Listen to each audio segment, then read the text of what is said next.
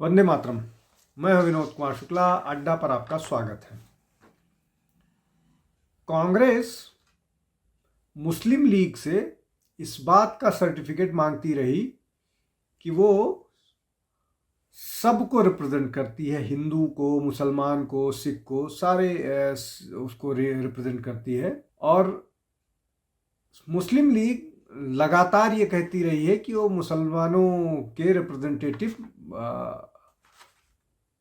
मुस्लिम league है। इस पूरी जद्दोजहद में सेक्युलर बनने का कांग्रेस का की जो जिसको आप कहिए भीख मांगना और मुसलमानों के प्रतिनिधित्व का मुस्लिम लीग का दावा, इस सारी जद्दोजहद में मुस्लिम लीग ने पाकिस्तान ले लिया और कांग्रेस सेक्युलर के नारे के पीछे ही पड़ी रही। और वो नारा अब तक कांग्रेस का जारी है। और एक बार फिर महाराष्ट्र के रिजल्ट ये बता रहे हैं कि क्या उसकी पॉलिसीज के परिणाम किस तरह से उसको भुगतने पड़े हैं। जैसे जो चुनाव हुए थे स्वतंत्रता, मतलब स्वतंत्रता से पहले, उसमें जिस तरह से कांग्रेस को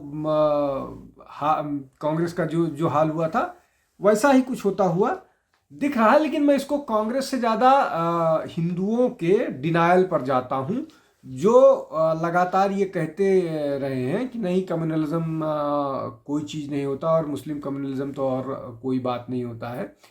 बावजूद इसके कि जो सबसे बड़ी एक सक्सेस स्टोरी बन के आई है महाराष्ट्र चुनाव में, मजलिसे इत्तेहादुल मुस्लिमीन, ऑल इंडिया मजलिसे इत्तेहादुल मुस्लिमीन, जिसके अध्यक्ष के छोटे भाई 15 मिनट पुलिस हटाने के बाद हिंदुओं को सबक सिखाने की बात कर रहे हैं, जो राजाकरों की पार्टी थी, जो कश्मीर, जो हैदराबाद को एक अलग देश के रूप में देखती थी, जिसको कई नाम, तुर्किस्तान कोई चाहता था, कोई जो निजाम के जिस नाम से निजाम के लोगों, निजाम परिवार को जाना जाता था, वो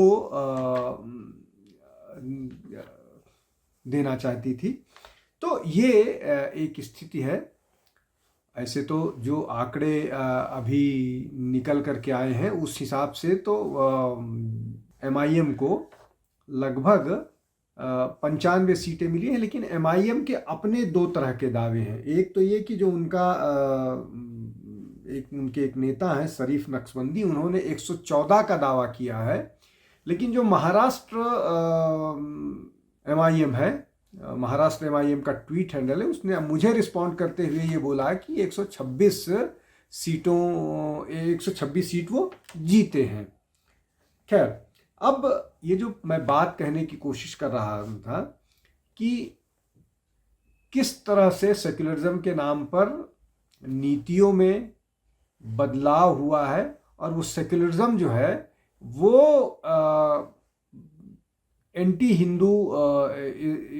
हिंदुइज्म बन करके उभरा है, जिसको बहुत सारे लोग कहते हैं कि सेक्युलरिज्म के नाम पर भारत को सेमी इस्लामिक कंट्री बना दिया गया है, जहां पर इक्वल राइट की बात नहीं होती है, जहां पर प्रिविलेजेस हैं, मुसलमानों को प्रिविलेजेस हैं कानून से लेकर के उसमें। और अभी भी जो वर्तमान सरकार है, उसमें भी सरकार का खुद का दावा है कि चाहे वो PM हाउसिंग हो, चाहे वो मुद्रा हो, चाहे वो नल हो, चाहे वो रूरल रोड्स हो, उस सब के बेनिफिशियरी 25% से लेकर के 35% तक मुस्लिम है। पॉपुलेशन अगर सरकारी आंकड़ा माने तो 14, और अगर जो कम्युनिटी का आंकड़ा है उस हिसाब से 18। हालांकि जो बहुत उत्साही लोग हैं वो तो ये कहते हैं कि मुसलमान भारत में 40% हो गए हैं।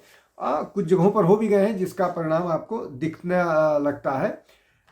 खैर, अब ये जो मैं बात कह रहा था कि ये जो बात है कि सेक्युलरिज्म के नाम पर जो होता है, सेकुलरिज्म के का नारा लगाया जाता है, लेकिन सेकुलरिज्म का नारा वहाँ तुरंत ख़त्म हो जाता है जब जब जहाँ पर मुसलमान 30-35% से ज़्यादा होते हैं या कई बार 20% भी होते हैं, तो हिंदू फेस्टिवल्स के लिए प्रॉब्लम होती है और सरकार को मजबूर करते हैं। कम से कम पश्चिम बंगाल में ऐसा ही होता दिखता है, जब कोर्ट की शरण में जाना पड़ता है वहाँ के लोगों को कि दुर्गा विसर्जन के लिए, रामनवमी पर जुलूस निकालने के लिए, हनुमत जयंती पर जुलूस निकालने के लिए।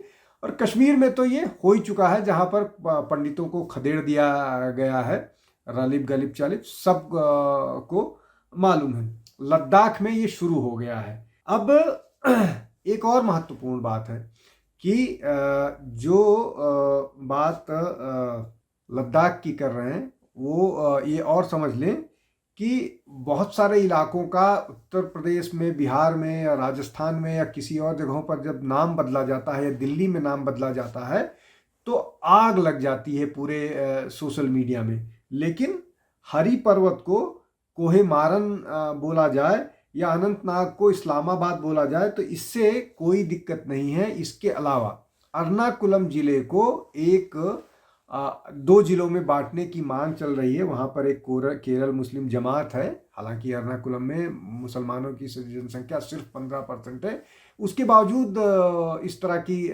स्थिति है। अब कहा यह जा रहा है कि इससे डेवलपमेंट होगा। अब डेवलपमेंट का हाल जो केरल के बारे में बोला जाता है, मैं अपना एक अनुभव बोलता हूँ। कोची एयरपोर्ट है एर्नाकुलम जिले का और रेलवे स्टेशन एर्नाकुलम है। तो मुझे एर्नाकुलम से मुझे एक दूसरे शहर में जाना था। आप ये मान लीजिए कि उसको तो कोची एयरपोर्ट से उतरने के बाद मैं एर्नाकुलम स्टेशन गया। बारिश हो रही थी, बारिश से गया और 100-200 मीटर का डिस्टेंस मैं नहीं पहुंच पाया स्टेशन तक, इसलिए कि पूरे रास्ते में, उस 200 मीटर के रास्ते में कमर से ऊपर पानी था और मेरे पास जो 2 बैग था उस बैग को लेकर के मैं वहां तक नहीं जा सकता था। दोनों बैग एक साथ उठा करके घसीट कर लेके भी जाया जा सकता था, सर पे लाद के नहीं जा सकता था और मेरी ट्रेन छूट गई।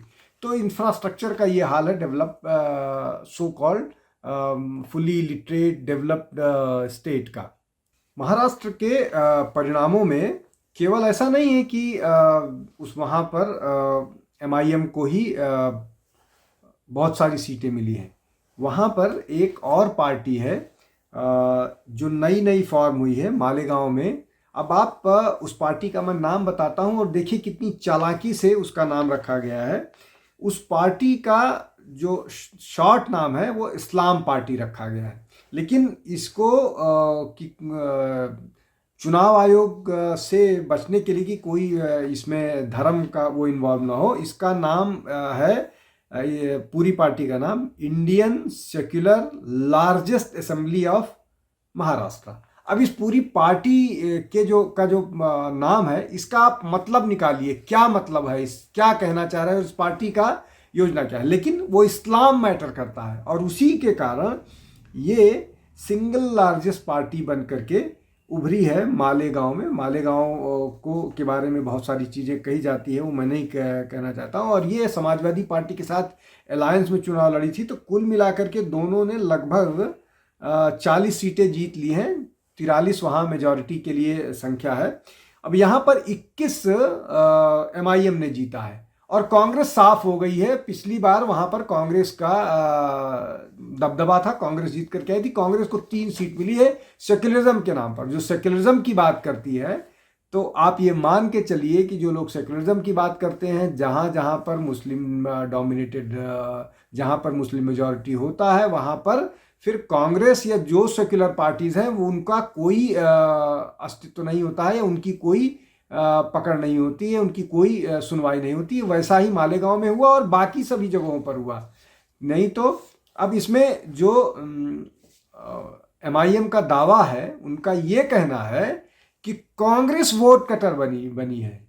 अगर कांग्रेस वोट नहीं काटती, सेक्युलर वोट, तो MIM 300 सीट जीती। मतलब रिवर्स हो जाता, जो अभी कांग्रेस का नंबर है वो MIM का नंबर होता, तो आप समझ लीजिए कि क्या स्थिति है।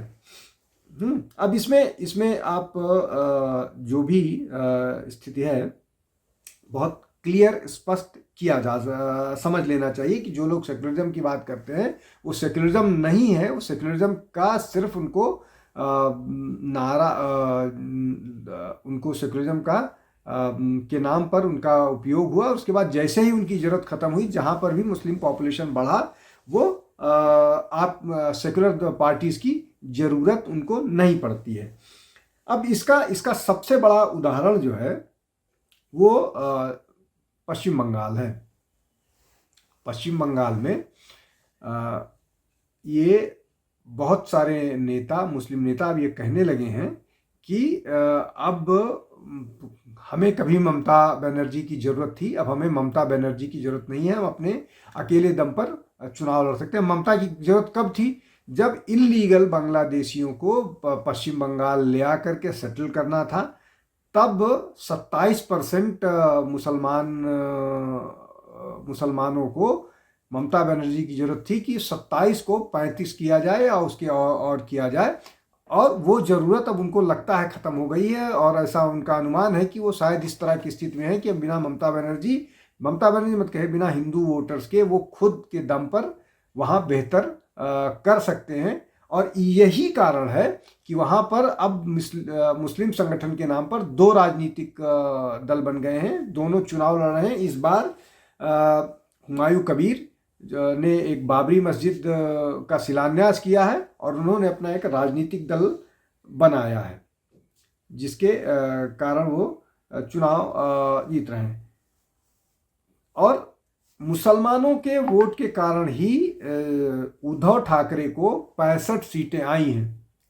वहाँ पर भी अगर आप इसको एनालाइज करें, मुस्लिम वोटर्स जो है वो बहुत सेलेक्टिवली उसने वोट किया है, और जहाँ जहाँ वो बीजेपी और शिवसेना को हरा सकता था वहाँ पर उन्होंने बहुत सेलेक्टिवली वोट किया। और इसी का परिणाम है कि जो SSUBT है, मतलब शिवसेना उद्धव बाला साहब ठाकरे, उसको लगभग 65 के आसपास सीटें मिली हैं। 6 सीटें MNS को मिली हैं और 8 सीटें जो है वहाँ पर वो मिली है MIM को, और 2 सीटें समाजवादी पार्टी को। मतलब ये कि जहाँ पर बीजेपी को शिवसेना ने उद्धव बाला साहब ठाकरे ने हराया, वहाँ शिवसेना को वोट किया गया, दूसरी वाली को समाजवादी पार्टी को वोट किया गया, MIM को वोट किया गया, MNS तक को वोट किया गया, जहाँ पर वो बीजेपी और शिवसेना को हरा रही थी। और ये पूरे महाराष्ट्र में हुआ।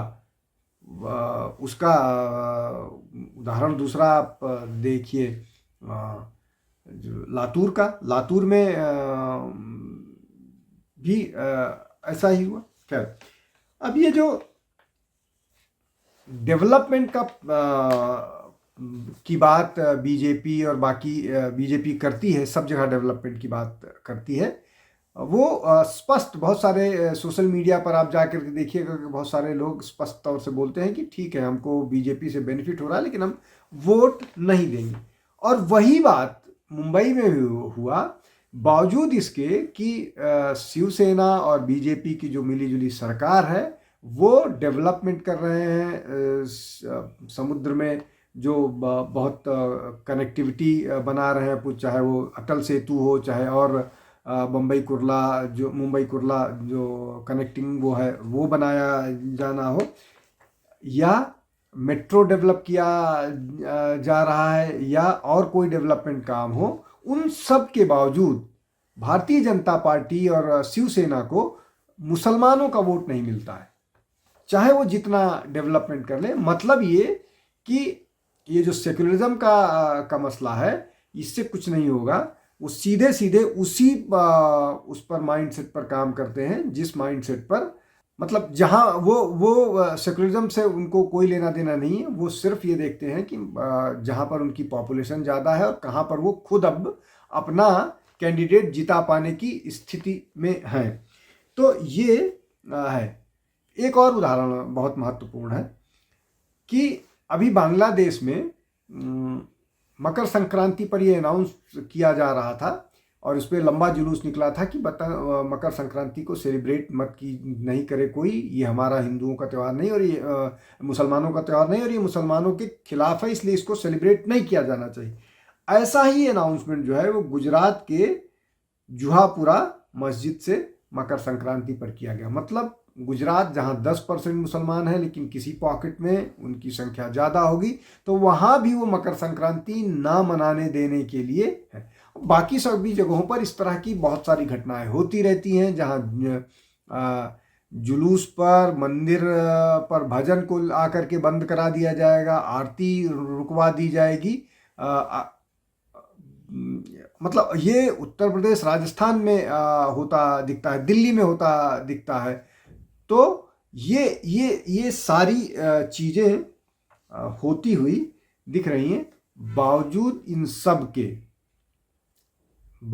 सब के एक बड़ा वर्ग इस मोड में, डिनायल मोड में रहता है कि नहीं, ऐसा नहीं है, और उल्टा हिंदुओं को इस बात के लिए दोषी बना देता है कि वो बहुत एग्रेसिव बात कर रहे हैं या हिंदुत्व की बात कर रहे हैं। ये एग्जैक्टली वैसा ही प्रोपेगेंडा लगातार जारी है जो स्वतंत्रता से पहले जिन्ना चलाते थे, उसके बाद उसको डिफेंड करते रहे कांग्रेस के बहुत सारे नेता, और अब उसका भुगतान वो खुद कर रहे हैं। और अभी भी वो जो एजेंडा है वो कम्युनिटी की तरफ से जारी है। उसका सबसे लेटेस्ट उदाहरण है अभी जमीयत उलेमा हिंद के और all India Muslim personal law board के उपाध्यक्ष अरशद मदनी साहब ने एक लंबी फेसबुक पोस्ट लिखी थी, और उन्होंने ये कहा था कि, जिसमें उन्होंने कहा था कि अगर गांधी हत्या के बाद ये कम्युनलिज्म पर रोक लगा दिया गया होता तो आज ऐसी स्थिति नहीं आती। मतलब ये कि गांधी हत्या के बाद कम्युनलिज्म हुआ या उसके पहले कम्युनलिज्म था, उसके पहले कौन कम्युनलिज्म कर रहा था, किसने वो किया, क्या अरशद मदनी ने या उनके परिवार के किसी ने ये बोला कि जो लोग मुस्लिम लीग को वोट कर रहे हैं वो कांग्रेस से फ़ायदा तो लेते रहे लेकिन वो कांग्रेस की मदद कभी नहीं किए। मतलब ये कि वो अपना फ़ायदा तो लेते रहे लेकिन वो इस बात के हामी रहे कि ये जो पाकिस्तान बन रहा है वो उसके खिलाफ उन्होंने कोई आंदोलन नहीं किया, जबकि वो सबसे बड़ी संस्था है। एक और महत्वपूर्ण बात है, बांग्लादेश में हिंदुओं के खिलाफ इतनी हिंसा हो रही है और जमीयत उलेमा हिंद का बड़ा प्रभाव है बांग्लादेश में, लेकिन फिर भी वो एक भी बयान हिंदुओं की हत्या या उसको रोकने के लिए नहीं दी। तो ये इस माइंडसेट को समझने की ज़रूरत है, और माइंडसेट जो है वो रिफ्लेक्ट होता है वोट में। कम से कम महाराष्ट्र के चुनाव में वो बहुत स्पष्ट तौर पर रिफ्लेक्ट हो रहा है। और जो लोग सेकुलरिज्म के नाम पर वोट मांगते थे उनका हश्र आप देख लीजिए। बीजेपी हिंदुत्व की बात करता है, वो है, लेकिन हिंदुत्व इंक्लूसिव है, वो बाय नेचर इंक्लूसिव है। खैर, तो ये जो महाराष्ट्र के चुनाव हैं वो सारे सेक्युलर सूरमाओं के लिए सबक है, चाहे वो कांग्रेस हो, चाहे वो राष्ट्रवादी कांग्रेस पार्टी हो, चाहे बाकी और कोई लोग। आज के लिए बस इतना ही। बहुत बहुत धन्यवाद। नमस्कार।